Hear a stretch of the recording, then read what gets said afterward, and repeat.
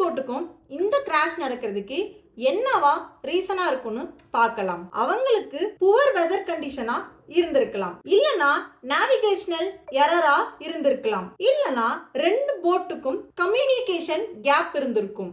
அதாவது radio communication failure ஆகி இருக்கலாம், இல்லனா ஸ்பீட் போட் அதிகமான ஸ்பீட்ல டிராவல் பண்ணி இருக்கலாம், இல்லனா இந்த கேட்வேல இருந்து எலிஃபண்டா ஐலண்ட்ஸ்க்கு போற அந்த கடல் ரூட்ல ஏதாச்சும் டிராபிக் ஆகி இருக்கலாம். இந்த விபத்து எப்படி நடந்துச்சு அப்படின்ட்டு வீடியோவும் அட்டாச் பண்ணியிருக்கேன்.